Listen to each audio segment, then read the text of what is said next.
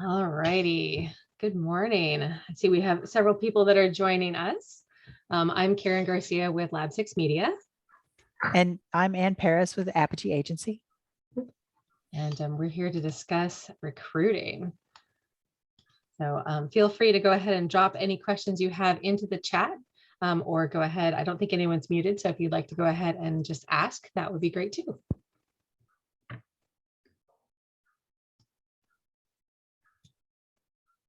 I think we've got a couple of questions actually already. So let's go ahead and start with the first one here. What kind of special obstacles and opportunities are there when it comes to recruiting in Q4 specifically? Well, everyone's busy. It's almost too late. Right.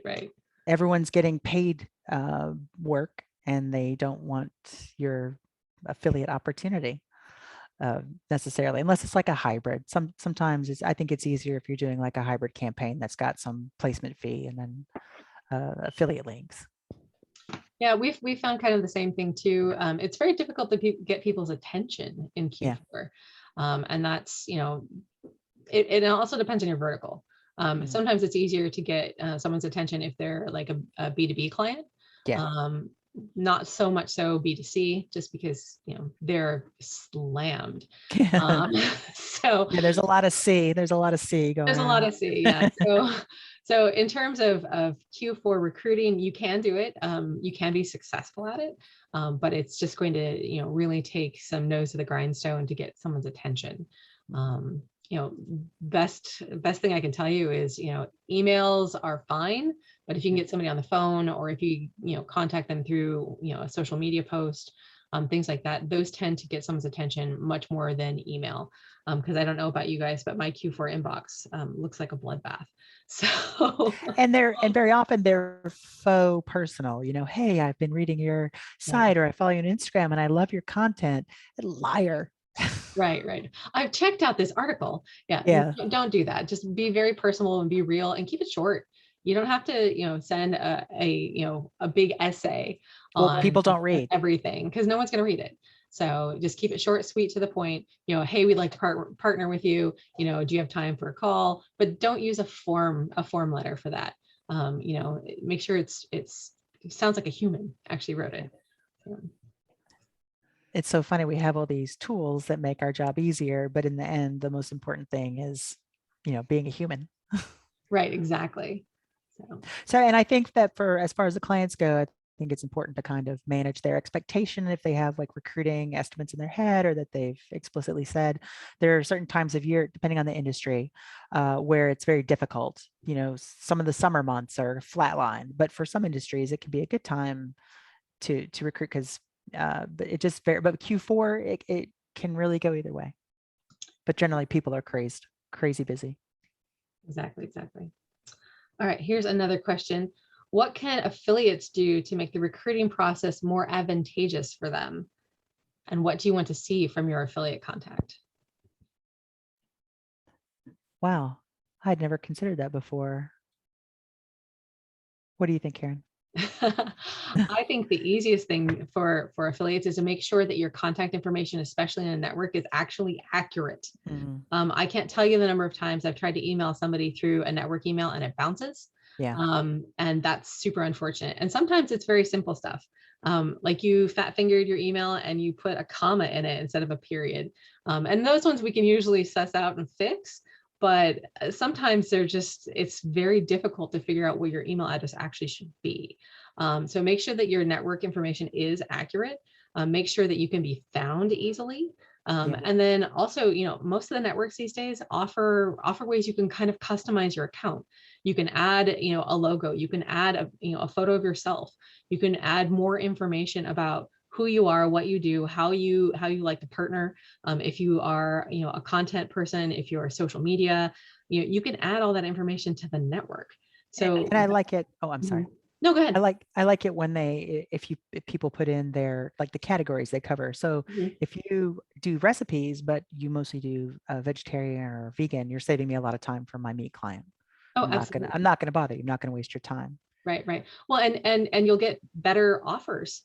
you know, because we have, at times had clients who they have great vegan offers, but finding somebody in the network sometimes is very difficult, because, a food blog can cover so many things. Yeah. So, And lifestyle. Yeah. exactly. So make sure that you add that information that's important to you, for what you want to see from a merchant for an offer. Add that information to your bio within the network, and be very upfront. Contact the network that, all the networks have publisher, support. Contact them and ask, hey, this is what I'm trying to do. Can you hook me up with some merchants? Can you make some introductions for me? And a majority of them will be very happy to help you with that. So, because they know who's performing, they know, what niches you're going to fit. They know who else looks like you on the network. And they'll be able to give you that insight that you just can't see. And I think if you have multiple sites, or if you have a website and then some social media properties, you can add that to your profile as well. And that can be a big help for when you're being recruited. Right. Because Yeah. I could check your site out, and if your email's wrong, then I can go right to your second site that we're looking for. Say you've got a wine site, and I can go straight to that site and find contact information there. And have an email, not a contact form. Contact forms are just make me want to die. They're a black hole. Nobody ever responds to a contact form, unfortunately. And then the other thing, in terms of your social media accounts, in this day and age, it's very easy to see, data points on those. We can see, followers, things like, don't lie about it. That's just foolish, for one. And then two, make sure that when you're adding, a social media account, make sure you make a note of which one it is. I can't tell you the number of times I've just gotten a handle, and it's like, well, is this Instagram? Is this or Twitter? What is this? And so having to go and find which platform, that particular user is on, is not always the simplest, especially since you can have multiple people that are actually different people, on other platforms. So make sure that you include what platform, a particular username is for. And for some, we have a program that seems to attract people in the kind of the fitness category, and will work. I mean, it works. It's a great program even for people who are just starting out and have low number of followers. But what you can't have is a private account. We're not going to work with somebody whose Instagram account is private. We have to be able to see where, what your content is and where the clicks are coming from. So, yeah. Especially with brands that are very sensitive. I think any brand should be. I think that's baseline. Public Yeah. account is baseline. Yeah. Yep. All right. Next question. For intro emails, what are your thoughts on including a calendar link? It seems that there are two camps: those that find it borderline offensive and presumptuous, or those that see it as a polite way to keep things efficient. Do you think affiliates tend to lean either way? That's a great question. I have never, so I get those, and I've never once thought, you know what, I'm going to schedule a call. I think on a first pass, I don't know you. And I also don't want to, what are we going to talk about? I don't know. I want to be a little warmed up as a contact before I, swipe right on a phone call. Right. I think, at least for me, because, even as an agency, we get a lot of people contacting us, that, that want us as affiliates. And it's like, that's not the way that works, but okay. The ones that I don't mind are the ones that just say, hey, if you're interested, I'd love to have a chat with you. And my calendar is the link in my signature. Fine, no pressure. But the ones that are really like pushy about it, those ones, I'm going to click on it, but it's like, it's kind of rude. It's like, sir, I don't know you. Right. Well, and so I think it's okay to include it, but I would just not hard sell it. That's the great thing there. I haven't found, for a long time, I was including a Calendly, and tried both ways. But we didn't really see a whole lot of interest in actually booking a meeting just carte blanche. It's more of, reaching out and say, hey, when do you have time in this next week, for a 10-minute call? Make it short, make it, very clear that, hey, I don't want to waste your time. I'm not looking for 45 minutes. I literally want to talk to you for a couple minutes so you can find out who I am, I can find out who you are, and see if we've got something we can partner on.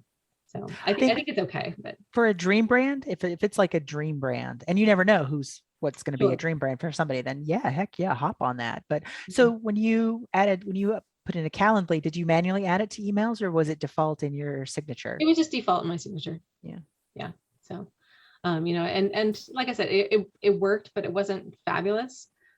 Because the other drawback, honestly, to it, and the reason that I ended up removing it is because I did end up with a lot of people that were, wasting my time. And it wasn't that they were, bad or whatever. They just weren't a good fit.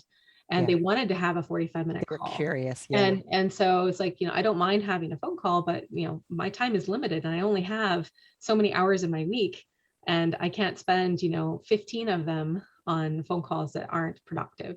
Yeah, So I think exactly. that's something to consider as well. So what are you trying to get out of it? And maybe make a secondary signature specifically for ones that you think are really, really hot.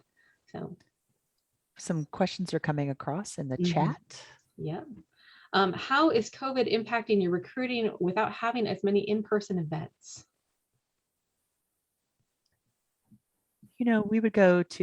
I've gone to blog conferences and met people there for recruiting, but we've mostly done outreach through email and online. So for us, it hasn't been too bad. The good thing about going to an event where there are people who you've already worked with is very often they know who else you should work with. So that's good. So there's a lack of that, but I would not say that was ever a major part of how we recruited. Yeah, I think for us, same type of thing. In-person events are great for increasing relationships that already exist. So I think that's the thing that we kind of miss. Yeah. So we've had to find other ways to make that happen. I don't think that not going to events has been a big hindrance. We've actually seen a huge uptick this year and last in terms of the number of people that are interested in interacting, that are interested in answering emails, that are interested in answering direct messages on social platforms, because there aren't in-person events. People are actually having to pay attention to their messages. Rather than, I'm just going to wait till this particular, conference happens and then I'm gonna make a bunch of deals there. It's been less of that, just because there haven't been conferences. Jonathan's here. Jonathan, put your video on. Hi, Jonathan. Unmutify yourself. And I think Hey there. Can either you see Joe, me? yeah, I can't see you yet. You're still blacked out, but I can hear you. It says my video should be on. Okay. May take a minute. Yeah. I'm glad you're here. I'm getting like late night DJ voice, and I was worried it would fail me. I was like, Yeah, hello, I'm my sorry babies. about it. I joined the Google Meet actually instead of the Zoom by accident So there. So this I was was waiting in the waiting room all alone, and I was.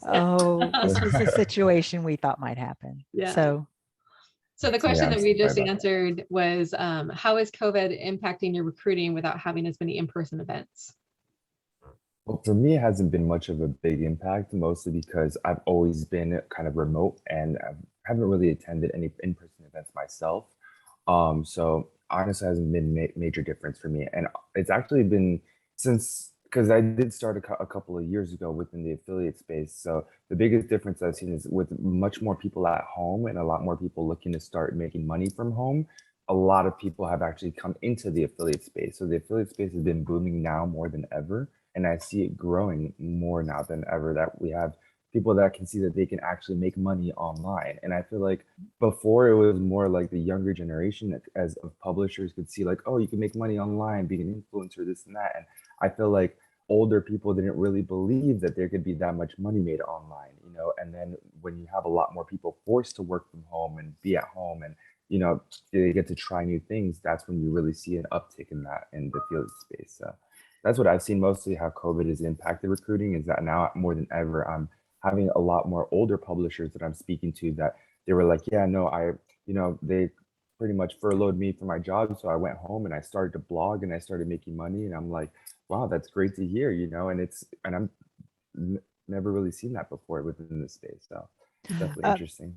I think last year when lockdown happened first, and then some of the supply chains were disrupted when big box stores didn't have stock and weren't shipping, we got people who were coming to us when they previously had links to either Amazon or big box stores. And the challenge is now that that's smoothed out a little bit, retaining them, because very often they'll leave and go back to their previous strategy of all Amazon links. All right. Next question. What are some things you should definitely not do when recruiting affiliates? That's such a long list. I think we mentioned this in our talk. I said that, don't make it sound like it's a business opportunity. It's an opportunity to do some work. Right. Well, and I think the thing to remember is that, they're a human. Don't send a junky email. And we talked about this a little bit earlier. Make sure that it's personable. Don't be creepy. Got some of those too. It was like, hey, I saw your kids' pictures, and I'm like, and delete. I'm gonna stitch that in a sampler. Don't right? be creepy. Don't be creepy. So and then make sure that you're easy to find. I think that's one of the things that we found with with some programs that we've consulted on, is that affiliates sometimes can't find somebody to talk to when they have a problem. So make sure that that you're actually providing that information, either within the network, or on the merchant site, on your site. Make sure that they can ask questions. I think that's really huge. And then be prepared, because sometimes they have kind of off the wall questions, but you'll notice that there's questions that happen frequently. And having that, everybody's got an FAQ, but having that list kind of at your fingertips, I think is really helpful. And just be honest. Sometimes emails get into spam, sometimes they don't. Sometimes it may take you 3 or 4 days to respond. But just make sure that you're honest about why it took you so long. And we should have our own social proof as well, because I know if I got an offer and I was interested in it, I would Google the name of the person who sent it to me, and it should be, very professional. I'm going to see some professional stuff on LinkedIn. It's okay if you're a real person, like if your Twitter, your Instagram that pops up is like, you with your dog, that's fine. I just don't want to. Always remember that people are Googling you too as the recruiter. Right.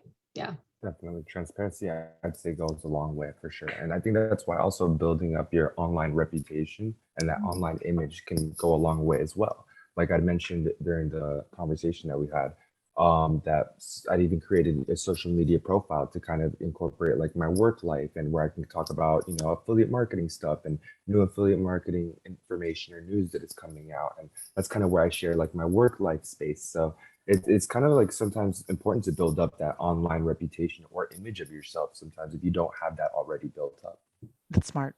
Yeah. Question from Kevin. Let's see here. You mentioned affiliates promoting Amazon and big box stores before COVID. How do you convince affiliates to promote merchants directly and not Amazon when Amazon is so easy? Money. That's the answer in a nutshell. Commission rate, pretty much. The thing is, so the good thing for us is that Amazon has dropped a lot of their commission rates on whole like categories that is, I think, insultingly low. And but you get those incremental sales through Amazon, and their cookie length is so short. But again, you're competing with those incremental sales. Somebody goes in to buy your widget, they buy a big screen TV, and the affiliate makes a ton of money. But the high enough commission can get anybody, well, most people off of Amazon. Yeah, I think that making it clear, internally, because sometimes the fight is internal for this, and less about convincing the affiliate, because the affiliate just wants a better commission. But the fight internally to get them that higher commission is sometimes the hardest part of it, of that transaction. So I think the best way to go about that is to make sure that you've got your ducks in a row in terms of what your LTV is. What's your LTV through Amazon? Because if you're selling through Amazon, then that's going to be slightly different than selling direct through your own site. And you're capturing the consumer information. It's easier to do direct marketing back to that consumer. So there's some other factors in there as well. So if you're finding pushback internally on increasing commissions to get somebody off of Amazon, then I would start there. Look at what that lifetime value is for these two different channels of who's coming in, to your purchase cycle, and then have that discussion. And also, I think that you can communicate the value of working directly with the company and getting the help of a professional affiliate manager, as far as custom coupon codes, whatever kind of benefits we can get, product education. We can be helpful with that as far as coupons and deals. Amazon, you get nothing except frictionless purchase. So really, I think it's brands absolutely on their website have to have free shipping or to compete with Amazon. Otherwise, that's a hard row to hoe. I also like to emphasize the conversion rate of the brand as well, because that's another thing that I noticed that a lot of affiliates mention is that on Amazon, there's a way higher conversion rate because a lot of people trust Amazon as a brand. Yeah. So if as a brand, your conversion rate isn't the best, I would definitely say that's something that I work on, cleaning out your program and making that EPC look really attractive to publishers. Mm-hmm. That's something that one place you can start, because a nice conversion rate is definitely going to go a long way when recruiting for publishers as well. Yeah. Absolutely. What are your tips for recruiting when the brand might not be a well-known network, what might not be on a well-known network or tracking platform? How can brands get through to publishers that might not already be integrated with the platform? Does brand strength alone typically sell the publisher on integrating with a new platform, or should the brand be prepared to pay to play? There are a lot of things to unpack there. I've seen small new brands do well if they have a program that has a lot of helpful education and good communication. You want to sell, first you're going to sell the affiliate. The affiliate needs to be sold on why your product is special or good or better. And if they know that, then they can incorporate that into their storytelling, into their content in a way that can be really helpful. I'd definitely say ease of use as well.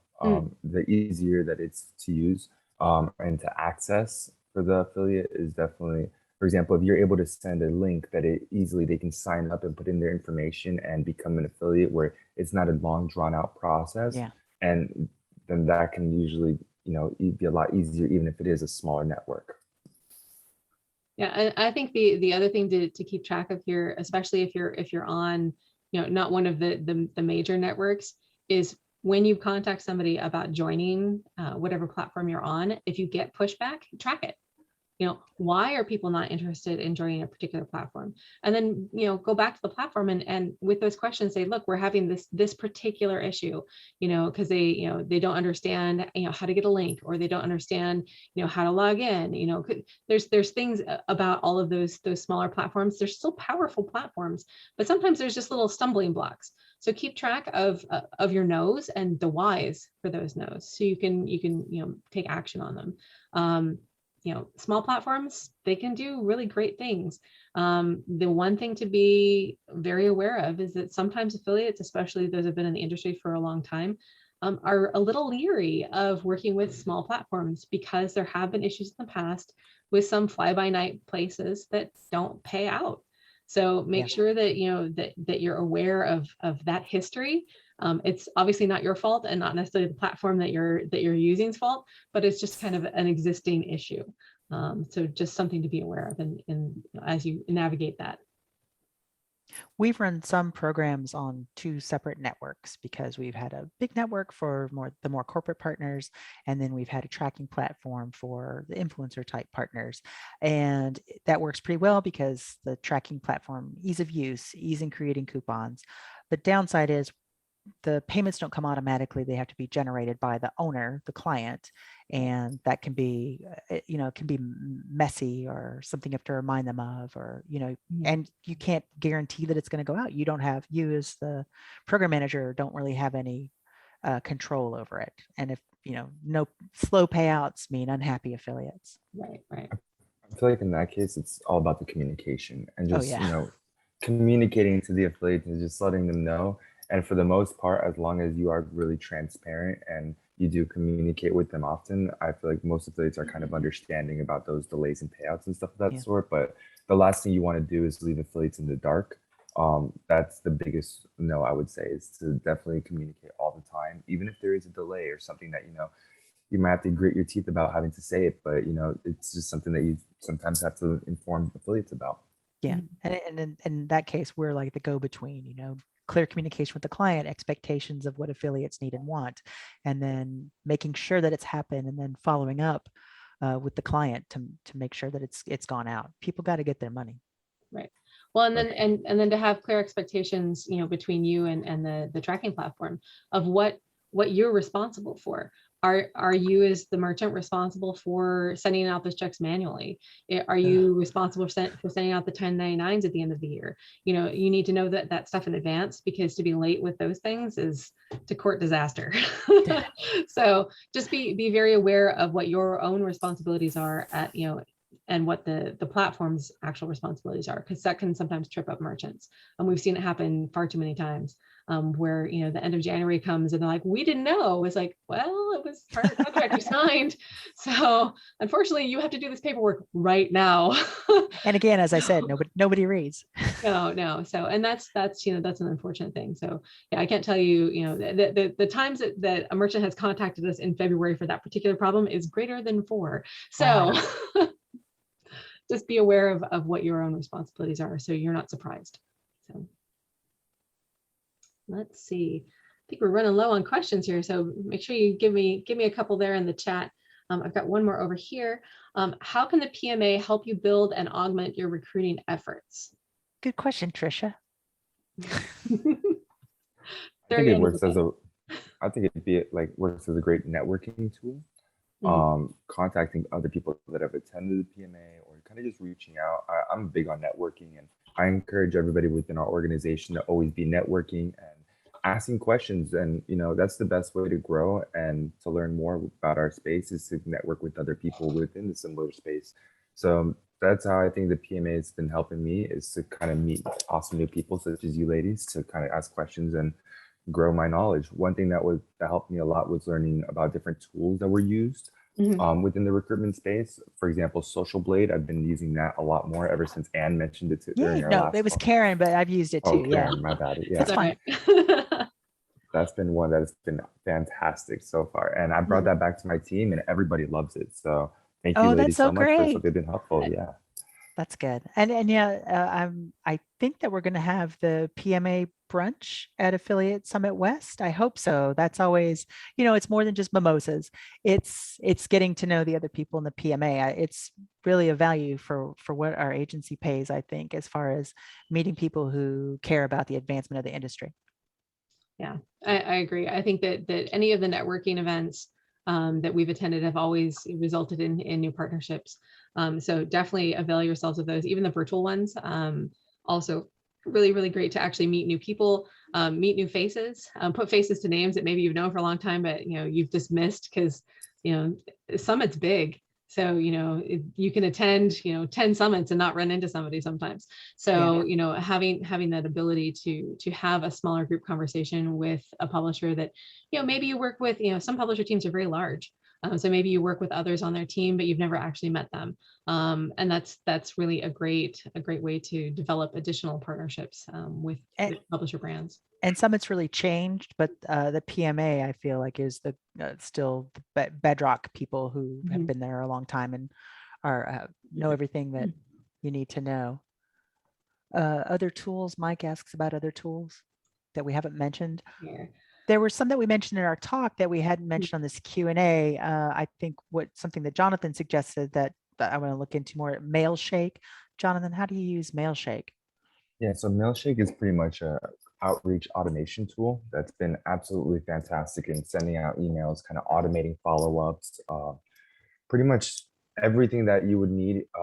It's pretty much filled in the whole position of something that we'd have to hire somebody to kind of be emailing and sending out contact emails for. So it's been absolutely amazing as far as sending out emails and automating our entire outreach efforts and just making that whole process so much more efficient. So that's what we pretty much use for all of our outreach and sending out our messages. And we're able to personalize all of our individual messages and have them go out, even if, like, for example, somebody doesn't reply to our initial campaign, we had follow-up messages that'll go out to them specifically that are all personalized as well. So it's a way that we can also personalize the automation. So it's very interesting. And we'd also talked about Chris Tragett's product, Publisher Discovery, Group High, for these are both recruiting tools, Media Rails for cross. BuzzStream. Yeah. What'd you say? BuzzStream? BuzzStream. How do you use BuzzStream? We use it to track relationships across a variety of merchants that we work with, because it just allows us, you know, because we've got, you know, a disparate team, you know, everybody is work from home, of course, we have been since day one, but to be able to look and see, okay, well, when's the last time we talked with somebody at a particular merchant or at a particular, affiliate publisher, when's the last time we reached out to somebody on this team, and making sure that those conversations stay fresh and that we don't forget somebody. Because sometimes it can be, we can be very heads down in our inboxes, and you just constantly putting it, especially Q4, you're constantly putting out the next fire, and to anticipate, hey, we actually haven't talked to this person in a month. We should probably send them an email. It's easy for that to fall by the wayside. So to be able to, to see that across our team, and to see the interactions that we've had, is really helpful. And one thing I like, so I've moved to data analysis now more, and what's something that we use is Affluent. And what I like about Affluent is that you can see people who used to be productive and aren't productive now. And you've done all that work recruiting people. You recruit so many people in a month, but only a few ever get active and productive. So I think if you look back to see people who had clicks and then dropped off, or how can you help them convert? Because they've put content out. If they've had sales and they don't have sales anymore, you can see if you can warm that contact up and see if you can incentivize their further performance. But you've done that recruiting work. Go back and make sure that it's still, productive. All right. For some publishers, this is their first time living through Black Friday, Cyber Monday. This doesn't surprise me because we've got a lot of new recruits this year. Yeah. Any tips you'd like to share with newbies? I think from the get-go, drink water. Stay hydrated. Have you stretched? Get some sleep. Get out from your desk. All the typical things that we're all supposed to do, but sometimes we don't. We're not meant to live 16 hours a day at a desk. So make sure that you are taking care of yourself, because if you're not taking care of yourself, then kind of what's the point? There are always new deals. There are always new things. Sometimes they're not a great fit for you, necessarily at that very moment, and that's okay. Feel free to respond to a merchant who reaches out to you, November 12th and says, hey, I've got a great thing, doing a great program. Just say, I'm very interested, but I have no capacity until January. Let's revisit this conversation, and throw it on a spreadsheet, or, add it to a calendar to follow up with that person, when January comes around, when you have a little more time. I would much rather get that message from an affiliate than silence. Because then I'm like, well, are you interested? Are you not interested? Should I never email you again? So even just a short response, like, I don't have the capacity, please contact me later. Perfectly allowable. And I think, we need to get the deals in from the clients as far advanced as possible. This year is going to have some of the same challenges as last year, as far as stock, having inventory, and also shipping. Shipping's going to be slower and more expensive this year even than last year. So make sure to communicate that with your affiliates in the program, because they can't put up, it's almost too late by Black Friday. You should be communicating offers and timelines now, and they need to be preparing their content now. Mm-hmm. I think that I'd like to emphasize that whole shipping aspect, and kind of putting an emphasis on having everything happen earlier. For example, as you mentioned earlier, with the whole supply chain break off and all the issues that we've had as far as shipping containers being stuck in other countries and not even being able to leave, it looks like, I don't know if you've heard a lot of people saying that Christmas is really going to have to come either early or very late this year. Or in person, oh my gosh, I'm going to have to go to a store. No, thank you. Yeah, exactly. Online shipping is looking pretty crazy this year for Christmas. So a lot of retailers we've also seen a lot of Cyber Monday deals and Black Friday not be limited to even a day or a week, but become more so a month-long event now, due to all these issues with shipping and stuff of that sort. So that's something that I feel like I've seen across the board as well. It's a good opportunity if you have a client that has a product that can be, a subscription box that's given as a gift traditionally. That is a December 25th driveway present. You order it, then you print off an email, or you just send an email and like, congratulations, I just gave you a case of wine a month for a year. That's an opportunity, especially if they have multiple products. If there's one thing that can be like a future gift, that can be a great last minute gift and a way to pivot once people have stopped ordering or can no longer order because of shipping time. Right. We've always loved giving our affiliate partners, a shipping calendar. like this is the last day that you can, order something for, arrival by Christmas. Because of the shipping timelines, obviously that's going to be very different. So I would say make sure that you are communicating that to your affiliate partners, that, things may change on a dime, and if you have, especially if you've got placements, you may need to be able to shift that slightly, so rather than talking about a particular product, maybe talking about a gift card, maybe talking about, to your point, and something that is printable that you can hand over and just say, hey, this is showing up like next week. Those sorts of things. Start thinking about that now. So you have a couple of, plan B to plan F in your pocket, so you can change on the fly, and you have those communications kind of ready to go, at least in your head, so they're quick and easy, because that'll save you a lot of time and a lot of headache later to have to come up with them on the spot. I think that's going to be really key to navigating, the unknown for the next 60 to 90 days. I think this year is going to be even more challenging than last year. Mm-hmm. Most definitely. I think we've run out of questions, guys. Not sure what to tell you there. I think it's good. Anything else from anybody? Anybody have anything final they'd like us to answer?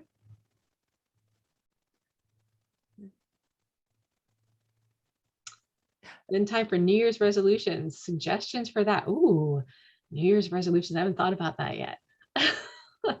It's always a new year, a new you. People want to lose weight, get in shape, that kind of thing. They've put on their November and December comfort weight, and then they start worrying about their February and March vacations. So anything that's health and wellness does well, starting in January. For sure, I'd say Q4 is a good time to prep for fitness. That's what is a great time, because Q1 is always a big time for any fitness industry or weight loss or any of those areas. That's definitely where I've seen that take off, is Q1 for New Year's resolutions. Right. I don't think anything's changed on that. We've got COVID weight. Exactly. Still. As somebody who has a large B2B client, with Square, people start businesses. They start new businesses in January, a significant number. So, taking a look at, at your own, what you've got in terms of your kind of has, what's the word I'm looking for? Your tried and true stuff that you always go to. Look at what else you can kind of, pivot off of that as well. Some side hustles, some other products that are similar to, to things that you've promoted in the past. Look at, at what has performed well. As an affiliate publisher, look at what's performed well for you, and then find other similar type things. In terms of managers, though, I always love this time of year to keep track. Go back and do your look back. What worked this year? What didn't work this year? And not just for your program, but for you, in terms of how you work. Are there tools that you started using last year and then they fell by the wayside? Are there things that you need to re-up a subscription on? Are there things you need to get rid of? So just do some general housekeeping before January hits. I always find it's nice to start the new year with a new slate. And then keep track, as things happen. Just have an open Google Doc, something simple. It doesn't have to be something, gargantuan or super planned out. But as you go through the next, 3 months, keep track of, hey, this is working really well. Hey, this didn't work at all. And so you have that at the end of the year, after, we've all slid into January 1st sideways and, oh my gosh, what happened the last 3 months? You have that document already, and you can go ahead and do, your QBR about what happened during Q4 for you without having to completely dig through a bajillion emails to try to find what was actually important. Oh, no, one more question. Are social media influencers generally open to working on commission only, or do they also expect flat payment instead / also? Does this go by size of their audience, perhaps? Depends. Usually people who have a smaller audience or who are newer, they're open to working because it's all new to them. They don't know how it works. They haven't been paid by everybody else to where they now expect to be paid by you. We found success with a hybrid of a placement fee and then a commission, even an increased commission, because the clients so value that kind of content that typically they're willing to increase a commission for that and also provide a placement fee. I've still seen a lot of influencers willing to work on commission only as long as I'm able to get on a call with them to kind of emphasize lifetime value of the relationship, as well as how much more money they can make, working directly with us and kind of developing that partnership in the long term, rather than if we were to just do a one-time payment and not really track what the traffic they send looks like, what the clicks look like, and we wouldn't really be able to grow or scale that relationship. And I think also emphasizing the fact that they can make a passive income off of the affiliate channel is also been huge for influencers, because now a ton of them are like big on making that passive income where they just put out one content and they just let that grow over time and accumulate. So I think that's a good way to phrase it for them.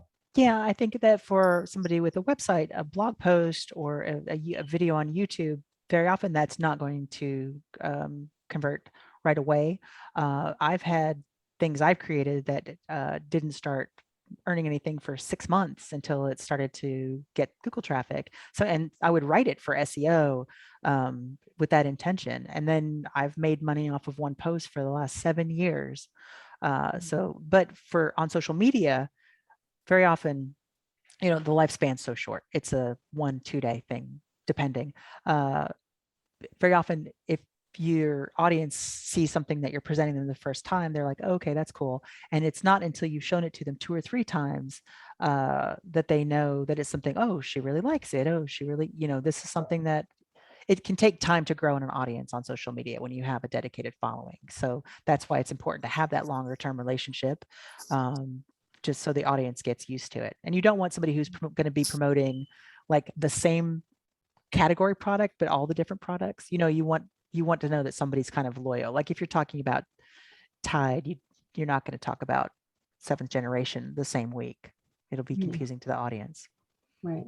I think in terms of size of audience, I think that the bigger thing there is to look at that engagement rate. That's something like, when we were discussing Social Blade earlier, you can see the engagement rate without having to do all the math yourself. You can see the engagement rate on Social Blade for a majority of folks. And it's really handy because I kind of don't care how many followers you have, as long as you're actually, making sales and driving traffic. I've had great luck with people who are teeny tiny micro influencers with less than 1,000 folks. And we've had great luck with people who have 1 million followers, so I think size is a bit of a misnomer. It's just, you need to have an engaged audience that is actually taking action. The other thing that I'm a big proponent of, especially for the influencers, and I know that it's not always the sexiest thing, have a website. I mean, you just need one. You need a place to be able to put a contact form, to have that contact information somewhere that isn't necessarily on your platform. You need to have a place to have your media kit, to have that other information that a brand really wants to look at. And there's been multiple times where platforms have completely changed their rules overnight. Yeah. So there's nothing worse than growing a great following with, great, monetary revenue coming in, and having somebody else flip the switch on all the hard work that you've put in. You need to have a backup plan. So that's my big soapbox for influencers is make a plan that everything disappears tomorrow. Because that would be so sad to have your audience completely disappear on you, or to have your monetary stream completely dry up when it's literally your job. So that's my big thing there.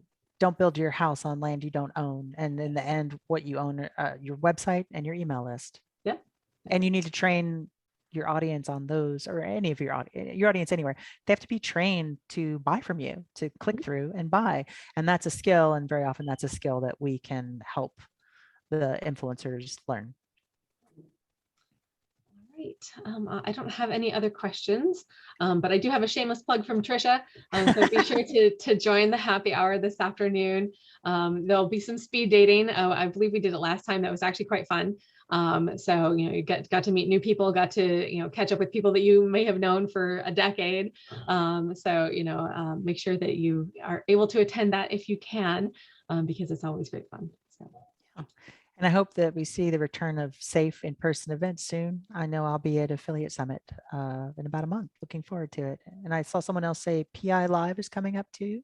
Oh, yes, I believe And there's some other digital summits as well. So hopefully we'll all be together 6 feet apart soon. All right. Thanks everybody for attending today. And if you have any other questions for us, please feel free to reach out to us individually. We're always happy to answer any questions. Thanks, guys. See you at the happy hour. Thanks, everyone. Bye.